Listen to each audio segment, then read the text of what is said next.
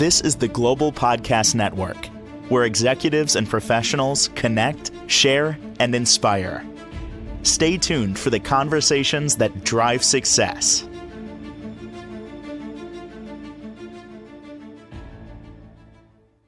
Yeah, it's amazing when I say this word, it can be, depending on your situation or your loved one's situation, a good thing, or it can be a challenging thing. Very challenging, depending on the situation. I'm referring to Medicaid. Yes, it's there to support in many ways, but then when somebody passes, there's challenges there as well. We're going to talk about that today. And that is courtesy of an amazing estate attorney who practices out of Maryland. I've gotten so much insight, so have our viewers and listeners in the last few weeks. Julie Schejbal, back on the program. How are you doing today? I'm great, Steve. How about yourself? Very well. And it's funny, I think back to people I'm connected with, have been connected with, and the word Medicaid connected with a passing conjures up a lot of anxiety. There's a lot going on there. I'm not even sure. Where do we start today? Well, I think the other thing is it creates a lot of anxiety when you have a loved one, parent, spouse, whatever, who is actually, with dementia or Alzheimer's or some horrible disease that you're contemplating the need to put them in a nursing home. And I think there's a lot of anxiety conjured up at a lifetime about that because it's expensive. I looked at, hugely expensive. In Maryland, for a semi-private room, this is according to the internet, so it may be a little bit inaccurate, and I think if it's inaccurate, it's low. It's between $11,500 and $13,200 a month for care in a nursing home. And if you go private, it's $15,000 or more. And so it's a huge drain on assets. And, and so we're looking at $140,000 a year minimal. And so it's really frightening for people when they're looking at this. Not only they're dealing with this illness, and that's frightening, but now how am I going to help my spouse or my parent or whatever? And I can't afford $140,000 a year. That's basically what it comes down to. A lot of people don't even make close to that in a year. So right, exactly. Oof. Much less have that saved that you could pay it for 2 years or 3 years or whatever it looks like. How does that look in terms of estate planning? So I think what you're looking at is not so much the planning when you're doing your will and things, but if you're faced with this, is sort of start investigating and looking at it so that you can utilize the tools that are available under the Medicaid rules to, make this, I don't know if an orderly transition, but to help use those rules to make sure that this person is cared for, and particularly if you're a spouse, that you aren't, thrown out of your home kind of thing. And that's sort of what you're kind of looking at, because the one thing to qualify for Medicaid, you must be broke, or that's what I say. And so broke is defined as having, as the Medicaid applicant, less than $2,500 in your own pocket. And you also have to be medically needy, and medically needy is needing assistance with the 5 activities of daily living, which are toileting, feeding yourself, transferring, which is kind of getting in and out of bed or in and out of a chair, dressing, and bathing. So you have to be both broke and medically needy. Medically needy, when you apply, is generally determined, by a doctor. They look at it, the attorney's not determining that, but the broke part, the attorney is determining or looking at. So, you really got to look at that to make sure that what you want to do is make sure, hey, we can maximize what is available, particularly for the spouse, the well spouse who's in the community. Is this something that you would start planning for years in advance? We never know what's going to happen. So it's a little bit of a rub there, because when I talk to clients about you have to be broke, I talk to them, both in terms of, when we're faced with this is, well, my youngest niece and nephew could help you go broke, and they're 20, and all they would tell you is go ahead and pay the nursing home, and at $12,000 a month, you're broke pretty quick. Yep. Um, and so you're looking at, okay, going broke in kind of an orderly fashion. And the other thing is you can't go broke by, there's many ways to go broke, but one of them is not by saying, I'm going to transfer all of my money and property to my children and then apply for Medicaid. There's this rule, you may have heard of it. It's this the 5 year look back rule. What they're doing Hmm. is looking at it and saying, okay, you're going in, or you're applying for Medicaid. We're going to go back 5 years to look at how you disposed of your assets. So if they see a big check to Steve, they're going to go, what was that for? And, well, it was a gift. I gave it to him because he's my son and I love him or whatever. Well, that's going to be a non-starter. And the problem also with that 5 year look back, as you start to talk about, planning years in advance is, I mean, what I always feel is like, we could start doing this today for you, Steve. Why? Mm. You know, you seem healthy, you're living your life.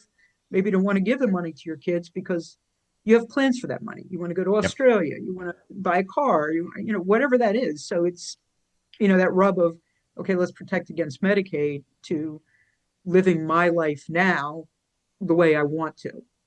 And I always stress to clients, I think it's more important to live your life the way you want to. So had a thought here. If you are Yep. on amazing terms with relatives, your kids, whatever it is, we're all good. We trust each other. We're good. Would it make sense to transfer the money to them to get it out of your hands? And let's say your health is just starting to decline a little bit, and you're really not sure of the future, and have it there well in advance. Let's say it's 6 years, and now you're going to it's going over there just to make pave the path for what could happen. I mean, I think that's a big lift from a trust standpoint because you Remember, have, I qualified that with I know, but it is reality, anything can happen. Yeah, yeah. right. And the other problem you face sort of there is, suppose you do this and it's in Steve's account. Well, Steve dies unexpectedly, and now Steve's will says everything goes to my wife. Well, your wife or your beneficiaries may not be on board with the plan, and there's nothing we can legally do to obligate them to do that. Mm, So it's a tough call, particularly if yeah. you're offloading a lot. You could say, hey, I want to, maybe start to get aggressive in year 6, but it's not everything. It's, a couple 100,000 or something like that. I've heard, now this is going way back, but I heard it was 4 years, not five. It's five. It's 5. So they changed that. It used to be, I think, 3, and they changed it to 5. Uh, I, I can't remember exactly, but it's been probably at least 15 years or so. It's been a while. Hmm. So how do you plan for this, or can you even plan for this? Well, so there's a couple things, particularly if you're talking about a married couple. I always talk to clients in estate planning that in many facets that the spouse is the favorite of the law. So what that generally means is that there are provisions in the law that are more favorable to a married couple than there are for a single individual. And so one of the things is, particularly for married couples, is that when you're talking about Medicaid for income, so your pension check, Medicaid follows the name on the check. So what that means is if the husband is in the nursing home and he gets 3,000 a month, Social Security, pension, whatever that looks like, that 3,000 is attributed to his cost of care. But maybe the wife gets 5,000 a month, Hmm. pension, Social Security. She gets to keep her 5,000. So depending on how the cookie's crumbling, sometimes that provides a lot of assistance for that spouse because they're or confidence or whatever. It doesn't paint as bleak a picture. The other thing is that um, you can, and there are also rules that if, let's say, the spouse that's not the well spouse is not in the nursing home, but they don't make as much money. They make $1,000 a month or whatever. There's provisions in the law that would allow some of the money to be shifted to that spouse to make sure that he or she's not totally like cut out and left on the street. You're not going to be able to live a fabulous lifestyle, but it provides some protection. Um, the other thing it does is when you're also qualifying, you look at all the assets and you say, okay, we got this big bucket here. We got Steve's assets. We got his wife's assets. what do we have? And then you're trying to eliminate assets out of that bucket that are exempt. So if the spouses own a house and the community spouse, the well spouse says, hey, I'm going to live in the house, we can exempt the house from the clutches of medical assistance. Now, in Maryland, I think in all the states, there's an equity limit. Maryland is about $750,000. So if you have like a $2 million house, you can't exempt all of that. I'm not sure what it is in other states, but at least it provides, some relief to say, okay, I'm not going to have to sell my house and live on the street. Hmm. Have you gotten Um, calls from people that are in this situation? There hasn't been a passing, but somebody has been. Now they're in a facility. Medicaid has kicked in or will be, and now they don't know what to do. we do get calls like that. And so the hope is that you get the call sooner into this process rather than later. Like if you have already, you consulted with my niece and nephew and they said just pay the nursing home and you've already paid them $200,000, $300,000, I can't get that back. Right. So we've Wow. got nothing to do with it. So, so kind of the idea is like the idea that when we're spending down is to spend down orderly and let's, exempt, well, the house. And then, another thing I tell people, first thing I tell them is even if it's, mom, dad, whatever, go prepay your funeral expenses. And because it's a legitimate spend down tool and it is the last expense any of us are ever going to have on earth. And what we don't want is mom, dad to die. There's no money to bury mom or dad or cremate them. And the kids are looking at them, well, how are we coming up with this? At least if you've prepaid that, doesn't help the wealth transfer, but you've taken a huge burden, a future burden off of your kids, a burden that we know is going to exist in a Exactly. matter of time. Yeah, and I think I shared with you. I do marketing for funeral homes, and it's about Mm-hmm. pre-planning. A lot of it is Yep. at need and pre-planning. There are financial benefits as well because you can get a preferred rate if you lock it in advance. And again, your wishes are honored, and as you said, you're going to be paying it anyway. So better plan for Right. it than have that. It's a very emotional time at that time. So have it all done. Have it all taken care of. This is what mom or dad, this is what they would have wanted. They enacted it, and now we don't have to worry about it. But I never thought of it that way, where you're paying down the expense, so it's taking money out of the Right. account. Hmm. Exactly. It's Wow. reducing it. And again, it's an expense like you and I said that you're going to have. Yeah. You cannot avoid this. It's going to happen, Wow. you And know. what other tips you have that if nobody's in a facility at this time, but they're just planning ahead? So one of the things I think is, and it's not a financial tip, but as people get older, even if they're healthy, they're perfectly healthy. Maybe they're, living in the community. I had a guy come in the other day. I think he was like 88 and, came in with his kids, but he's still going to the gym every day. Hmm. So he's living in his house, having a great life, and but he's older.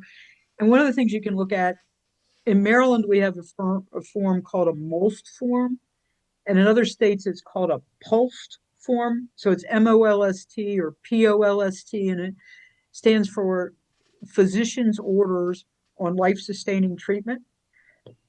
And what it does Oh, is if you're talking about like a living will or a medical directive, and you look at when life's like medical intervention is going to be withheld, the standard is pretty high. In other words, you're pretty sick, right? Death from a terminal condition is imminent. You're in very, very advanced Alzheimer's or something. What the MOLST or the PULSE allows you to do is say, okay, if I'm given a horrible medical diagnosis, dementia, Alzheimer's, Lou Gehrig's disease, maybe I'm, a horrible cancer diagnosis, whatever it looks like, you can say, all right, I want to expand the breadth of when my medical intervention is withheld. So think about like the example I always get, because it's the one I understood, is think about, a parent who is diagnosed with dementia and it's early on. What do we know about it? We know it's incurable. We know it's going to continue. It's only going to get worse, but you can also be very healthy for a very long time physically.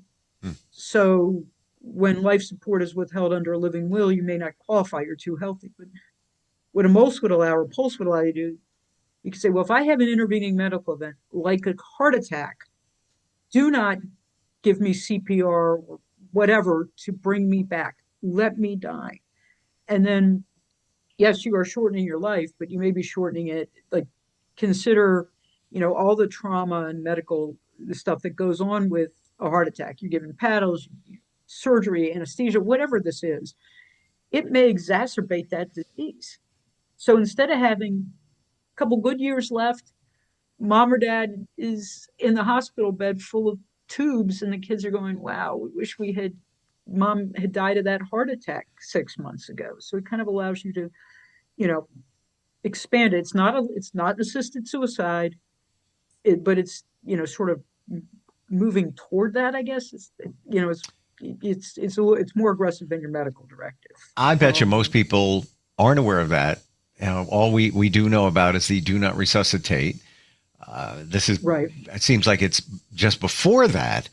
And the other part is it's imminent, most likely anyway, at some point. Now your quality of life is compromised.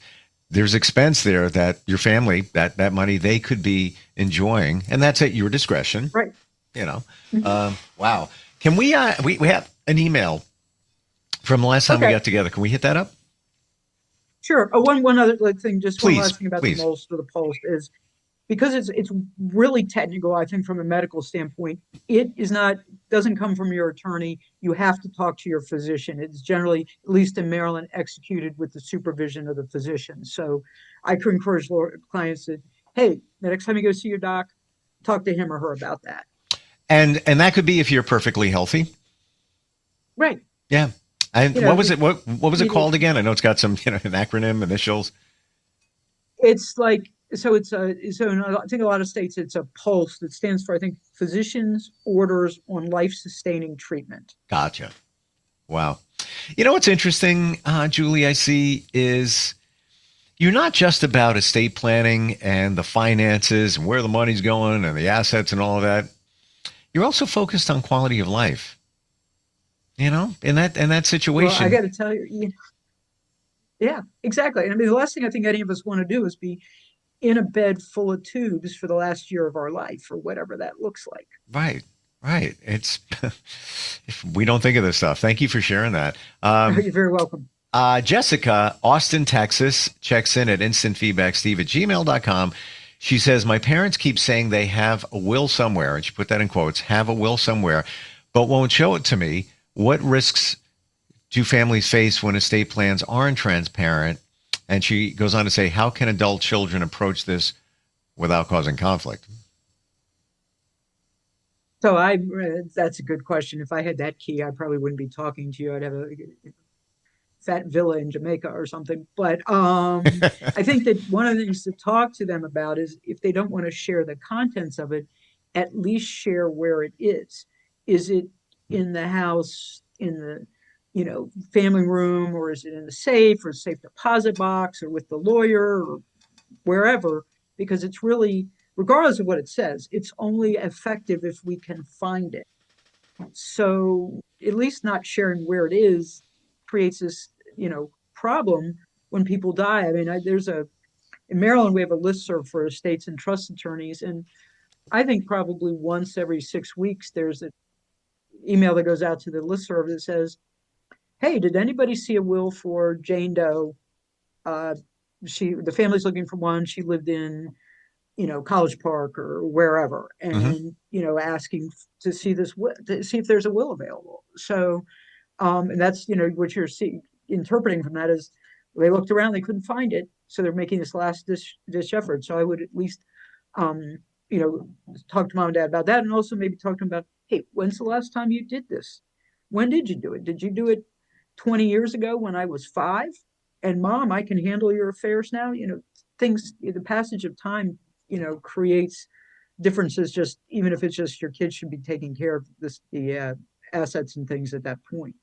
I'm a little surprised because, and maybe I have this wrong, but I thought that it was, I don't want to say public record, but it's registered somewhere. So it's in terms of probate, in terms of legal, that it can be accessed by those qualified to do it or those sanctioned to do it. So when you die, at least in Maryland, the will becomes property of the court or the register of wills. Other states, I'm not sure of, and I mean, and some clients will register their will or store their will with the court while they're alive. I think it was more prevalent back in the day because the courthouse had, fireproof vaults and things to keep things safe. Now, attorneys have them, people have them, in their homes. They went to Staples and got it, or, I have clients, who are hunters. They have gun safes that are fireproof. So there's a variety of places people can keep them. Okay. They don't have to keep them with the court. Gotcha. Okay. So that's optional, but if you have a will, Yep. um, you can keep it in a safe place or have copies in different places. Just could be a safe deposit box, but then again, Yeah. somebody's access that. Could be your strong box under your bed, whatever it may be. And you could just tell Exactly. your loved ones, just letting you know, have a will. We don't need to talk about it. This is where it's located. If you ever need to access it, that's the end of our conversation. Just leave it at that. 100%. Okay. Exactly. Wow. Kevin checks in from Chicago, Illinois. He says, if someone passes away with significant debt like credit cards or medical bills, how does that impact what heirs actually receive? So what happens is that there's, at least in Maryland, there's an order of priority that claims and expenses get paid. Number one on that list is the court. Number two is your funeral expenses. I think it's three or four, and this is the one very near and dear to my heart, is attorney's fees. But then you keep going down that list and the very bottom is the heirs or beneficiaries. So Ooh. ideally, you just keep going down that list and you pay till there's nothing left. So somebody with significant debt, there may not be anything left for the kids, but you get to the bottom and you say, all right, well, we have $10,000 left and 30,000 of credit card debt. We're going to pay it off, a third to everybody. But then the children are not responsible for mom or dad's debt. It dies with them. So that you do it in this orderly fashion. Wow. Also, how is that done though? Let's say you have 30,000 in credit card debt, other bills, whatever, and there's only, I don't know, again, this is all hypothetical. You got 10K sitting in the account. So it's dispersed equally to those people with their hand out, those companies looking for money. so it's distributed I think it's proportionally. So if there's 30,000, there's 10 creditors, they would get 3,000 a piece or whatever. If one of them, let's say their debt was 1,000, then it would get, the rest of it would get paid out among the other people with their hand out. The other thing is you're only going to pay the debt if it's legit. So what I mean by that is that in Maryland, there's a 6-month window generally that starts with the date of someone's death and goes 6 months forward. So today, if somebody died, that window, it closes end of September for creditors to file claims with the court. If they don't file, credit card, whatever, we don't have to pay them. So I always wait to make sure everybody is filed so that we know that they're legit before we pay them off. Wow. Boy, the further we talk, Julie, the more and more I see, like, you got a plan. Like, you worked your whole life and it can go anywhere, especially when we talk about Medicaid. Right. Wow. Yeah, there's a lot. There's so many different moving parts to the equation. Right. And one last thing I say about Medicaid is that sometimes people ask me questions about long-term care insurance, and which is another alternative you can purchase to pay for the nursing home and medical expenses. And what I tell them is, look, I think that what you should do is if you're interested in it, it's worth talking to somebody who, works in that arena. Just see what it is, see how expensive it is, and then you make a decision from there. Is it worth the cost? And you can, because, and what is the talk going to cost you? An hour of time of your day? Yeah. it's not that much, but you can at least investigate it. If you're curious, call and investigate that. Make a, quick call, talk to somebody. It's so worth it. Love all the insight. Love how you present it. You make it clear. You get to the point. Yeah, I think I've said this. That's your superpower. I really feel that, this can get complicated, but you explain it in such an easy Yeah. way. And we have our steps. You need to do this. You need to do this. You need to do that. First off, we need to contact you if you're in the state of Maryland. How do we find you? They can reach me through my website, which is www.jasestate, that's ESTATE law.com. Beautiful. Julie, thanks for being here today. Really appreciate it. Thank you. You have a wonderful day. You Enjoy too. your weekend. This is the Global Podcast Network, where executives and professionals connect, share, and inspire. Stay tuned for the conversations that drive success.